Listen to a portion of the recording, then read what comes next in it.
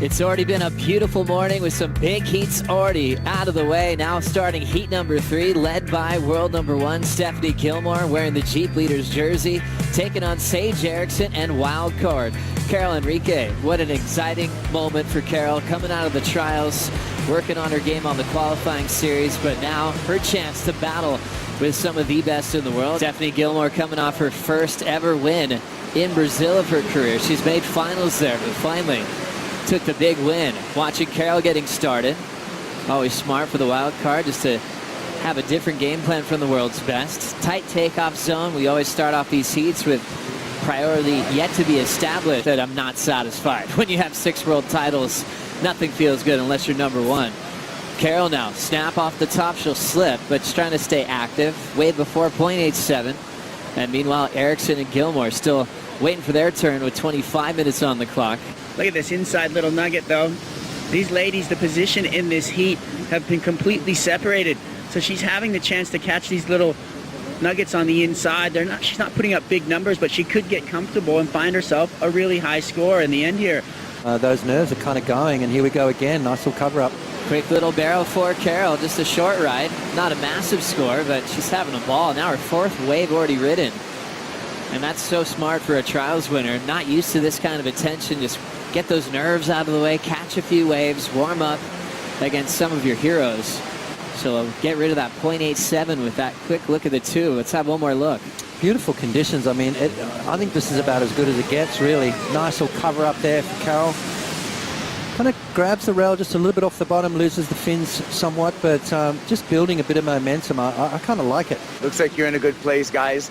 The rookie is off to a firing start in round 1. That's right. Thank you, Kaipo. As we go right into pace with the trials winner, Carol Henrique, just fading to this inside corner.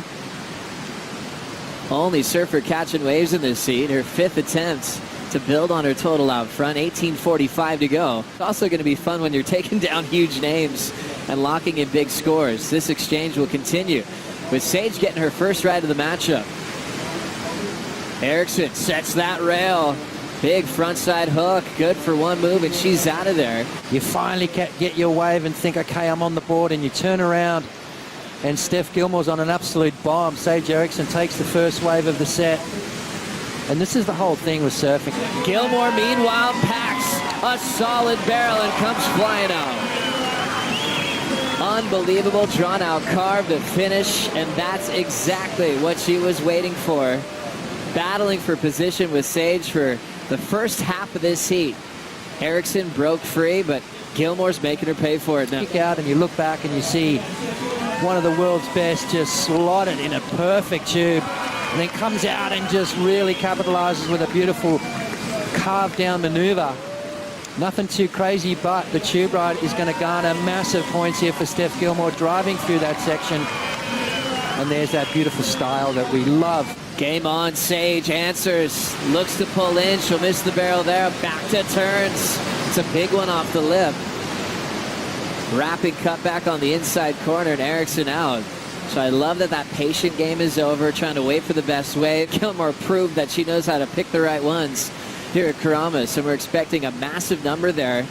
And it quickly just reminds you what a groundbreaking day this is for surfing history. Yeah, absolutely right, Joe. And look at that turn from Sage Erickson. I love the fact she extended the body and then compressed it on the way down. You know, just making sure she came out of that maneuver with a lot of speed. Interesting when you look at Steph's form in the year she didn't win a world title. Sometimes there was a little hidden injury that wasn't talked about too much. It's pretty rare for her to finish the season 100% without finishing number 1 in the world. Gilmore, first turn, solid to back up the 9.0. Clean wrapping cutback on the open face. How good, how good, I love it. Let's have a look at Steph's wave here. Just a smart move from Steph Gilmore just to get a backup for that 9. You know, a lot of time you can sit out the back and put a little bit more, kind of drop the ball a little bit. Carol Enrique to answer, coming out of the trials. Oh. Late hit through the inside corner, and she's down. She's surfing a lot smarter. Carol having a look now. And just up and out. Can't even help herself. Perfect waves on the Dream Tour, and might as well take a look. I've been catching everything. It looks so fun out there. A little more of a paddle battle at the top. Sage is the one with priority. Erickson setting up her first turn. There's that beautiful frontside wrap. Quicker whip on the second effort. Now draws it back into the power source for the third time, and Erickson gets out. She needs a 9.97 now because Gilmore backed up her 9.0 with a 4.5. See Gilmore just pushing that total out front. Anything you liked out of Sage's performance here? Yeah, you know what? I'm seeing a lot more upper body movement from Sage. See how she's using that upper body to whip that board around a lot quicker?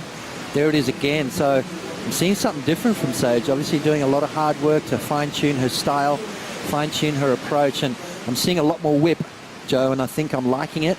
Back with all the experience she has and the natural talent. That's a pretty scary package for the rest of the tour. Carolyn Reek still loving this inside. One of her better combos. Snap to carve. Fun inside wrap as she floats out of there. The surf scene in Portugal has been incredible forever, but more recently, serious surfing circles have improved greatly. There's the Portugal Surf Awards where Carol's been honored quite a few times. Yeah, and why not? I mean, she's got a big future ahead of her. You know, I like the fact she's just playing her own game, you know. She's not playing into the hands of Steph and Sage. She knows she's got her work cut out for her. You know, in the back of her mind, this is an experience builder, like you said. Gilmore with priority. Erickson needs an 8.58. Meanwhile, the wild card is having a ball. Carolyn Reek setting up her first turn. Clean move off the top there. Always a dream for surfers to qualify on the qualifying series. It's pretty tough to get a spot in the top 17. But now Gilmore with priority is going to shut this one down. Looking for something big, a little flyaway punt. Thinking about doing something creative on her way to the beach. That one's not going to factor in. But having a strategy of just picking two solid waves to get a win, and she's done that perfectly this morning. You know, little things like that, you know, you walk away going, where could I have bettered that performance? That wave will put Gilmore in rhythm for this effort. Set up work, frontside carve on the open face. And she'll just play with this inside corner and enjoy a round one victory as women take on Karamas for the first time in surfing history. Solid number, 9.0, top of the charts for what we've seen so far this morning. Great barrels from Gilmore, Coco Ho, insane performance from Caroline Marks in the first three heats of the day. We'll see Sage and Carol reseeded in the second round of competition.